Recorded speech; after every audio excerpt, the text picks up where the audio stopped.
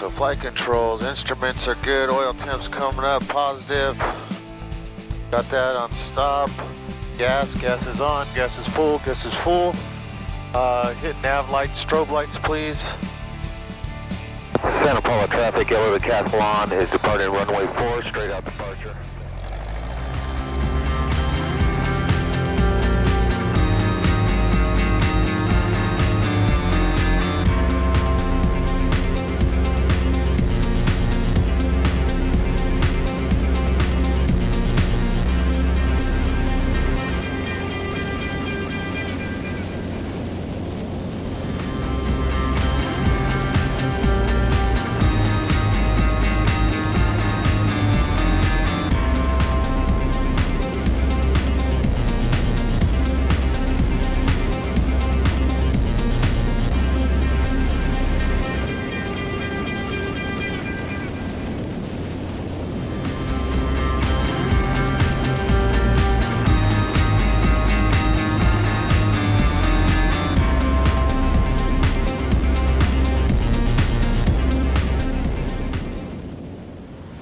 Supposed to be thunderstorms by 2 o'clock out there. Really? Yeah, I don't want to get caught anywhere near that. me neither. We do have somebody coming in. He's about 8 miles out right now at 4,000 feet. How's he coming? Coming from the left-hand side, like 11 o'clock. Making a turn to almost head on, 3,650. Are you climbing? Yeah. He's at 3,300 feet. He's coming straight for us. He's at 3,000 feet. 4 miles. At 3,000? Now he's at 2,750. So he's coming down. Yeah. He's coming straight for us. I'm looking for him. I'm already at 2,600. He's at 25 now. 24. So he's just gonna pass up this. That was close. I don't like being that close. Where's he at? He's at 2,200 feet. He's not that far below us. He's at your 11 o'clock right now. There he is right there. There's 2 of them flying down the riverbed. Oh yeah, I see him. Oh, they're going fast. Yep. Are those like AJ? That looks like AJ. Not AJ. 2 RVs. Okay, we have clear skies right now. Oh, is that? It is. That's Magic Mountain right there. Yep. It looks so small. And tell everybody about your Accident? forced landing. But was it an accident? Was not an accident. Well, it was an accident. I mean, because the airplane got wrecked. But it was a forced landing due to an engine failure. And it wasn't high enough to get to an airport. So The backstory on that is David's dad has been flying a 172 Cessna for, what, 40 years? got it since 1978 to 1922. Never, Or 2022, sorry. never ever had an issue with it. And then David decided he wanted to become a pilot. So he did the schooling and everything, and he got his private pilot's license. And we convinced his youngest daughter, Sydney, to go up in the plane. And she's not the type of kid that likes that kind of thing. But her and her boyfriend at the time decided to go up with David. He goes up with Sydney and her boyfriend, and all of a sudden, I went to climb, and then the engine just started to shake. And it didn't quit right away. So I went to climb up over a mountain range, and when I leveled out, it was 1,800 feet, and that's when it happened. When I pulled back off the power, and I only realistically get out to the beach. I was over a city. The closest airport was 8 miles away. I would only had 2 or 3 miles of gliding distance.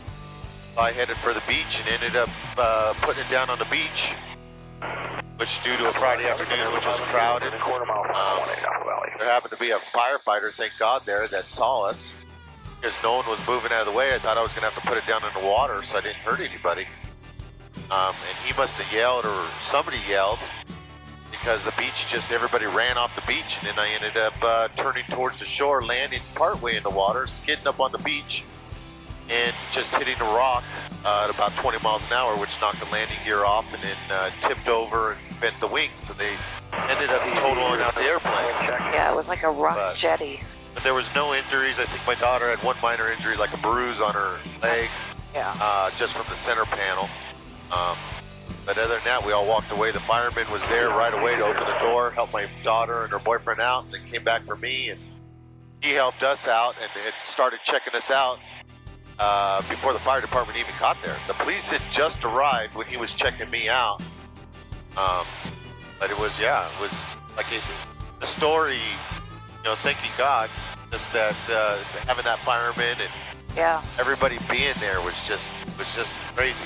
I think the weird part is that Dave took flying lessons at CP Aviation in Santa Paula, California, and the lady that owns the instructing school was on the radio, and she could hear Dave calling in emergency landing, and she knew who it was. A lot of people knew it. A lot of people were flying that day that I know. And she wouldn't have done anything different. She kept telling David. Later, she didn't talk to him on the radio at the time, but towers were telling David to go to Camarillo or Oxnard, but he knew he wasn't going to make it, and his instructor knew he wasn't going to make it. So she was happy that he used his instinct and put it down on the beach. 4 hours after Dave gets his private pilot's license, to be put in that circumstance was, in God's hands. So we're very lucky. And hopefully that only happens once in a lifetime. Definitely made me the way I think to fly. I'm very, very cautious. And as we know, I went through some emergency training. Obviously, we practiced for engine outs. That's part of the thing you have to do. So you did, but then I went into further training and learned how to fly a tailwheel aircraft, which just makes you a better pilot all in general, as well as learn how to fly if I lost a flight control surface, if I lost my stick and rudder, my rudder or something. I was able to fly the airplane home and knew how to fly it. And then that gradually took me out of my comfort zone, flying out of what they say, like your correct box of flying, which is your normal category, and then you have the outside of the box, which would be aerobatics, things like that, backcountry flying, different stuff than just traditional flying. And then once I started doing aerobatics, it led me into the airplane that I'm in now, which is a Super Decathlon, which I love. It works out great for what we do. It's a nice cruising airplane, like we're cruising out, having have some breakfast out in Apple Valley out here. But then I can go back and put 20 gallons of fuel in it and go fly an aerobatic routine, which is just amazing. It's probably not the most performance aerobatic airplane. For my level, my comfortness, it's perfectly fine. I'm like a gentleman's aerobatic person. But it's like a dual-purpose airplane. It's like just a good overall airplane. I'm loving it so far. I've had it, we've had it for about 2 months. We got 25 hours on it, so we've flown it quite a bit. We've been to Paso Robles up the coast. This is our first time inland. So it's just been a new adventure. When I did my flight training, I did, you know, I had to do my standard cross countries, and then when I got my license, I wasn't able to go anywhere because I had a solo, and I couldn't fly cross country. I had to stay in the area. So when I finally got my license, I planned first thing to take a couple trips, and have some fun, and never happened.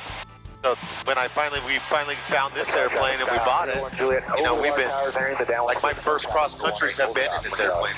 So a lot of my experience, even though I have like 160 something hours, any cross country flying or anything like that is in this airplane.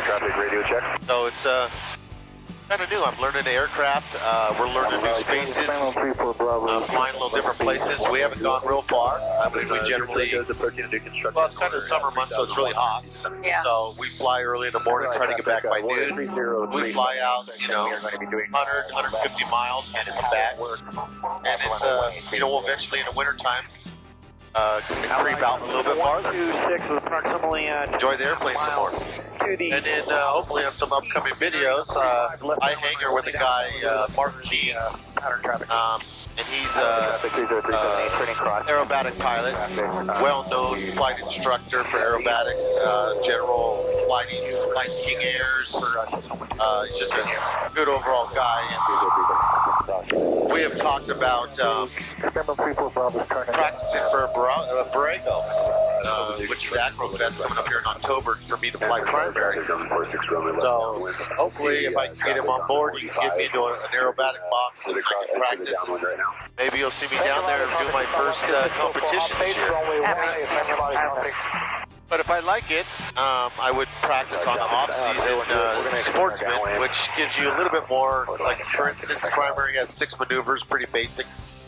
You get a lot of lenience with it. 604, are you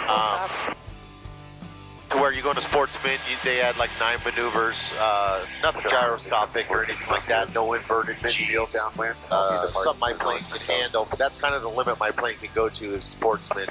People fly intermediate with it, but it's just, I don't think the airplane's capable. You need to jump into a pits or something like that. So we'll see. It'll just be a venture. It's something that I at least want to try once. Maybe get a ribbon to hang on my wall. Might only be a primary and it might only be one, but you never know.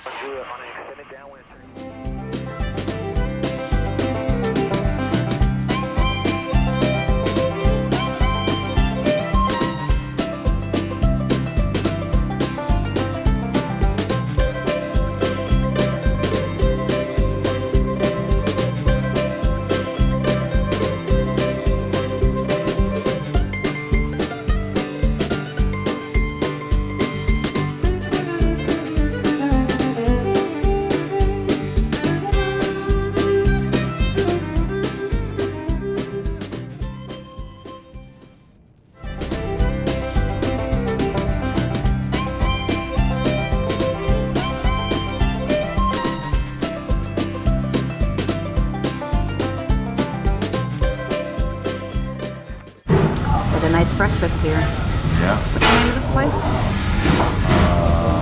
Aviators Cafe. Aviators, but there's a air show here coming up. Looks like, what day is this on? October 7th. October 7th. So we're not sure. We might come back up here. But we had a good meal. It was nice.